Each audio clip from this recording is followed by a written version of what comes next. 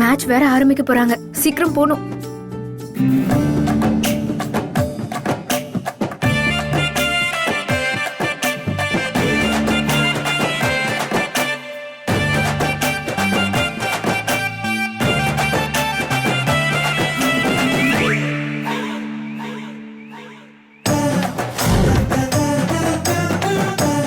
ஏன் இங்கே நின்னுட்டீங்க? உள்ள வாங்க. ஏய், என்ன என்னமோ நீ இந்த வீட்டுக்கு சொந்தக்காரி மாதிரி ஜம்பமா உள்ள வாங்கன்னு கூப்பிடுற? அப்படியே கொஞ்சம் கொஞ்சமா இந்த வீட்டை ஆட்டைய போடலான்னு பாக்குறல்ல? ஏன் இப்படி எல்லாம் பேசுறீங்க? நான் சும்மா கெஸ்டா தான் இங்க தங்கியிருக்கேன். என் வேலை முடிஞ்ச உடனே நான் போயிடுவேன். அதுல தாண்டி எனக்கு டவுட்டே இருக்கு.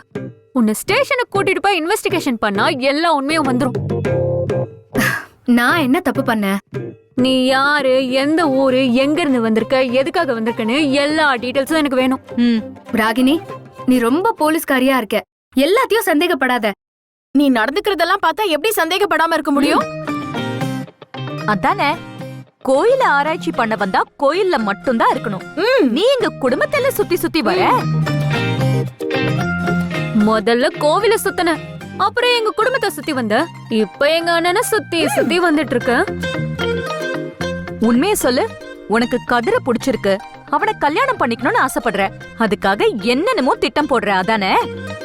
எதுக்கு இப்படி இல்லாததெல்லாம் பேசுறீங்க? அக்கா, அவகிட்ட கேட்டா அவ ஆமா நான் சொல்லுவா, இல்லன்னு தான் சொல்லுவா.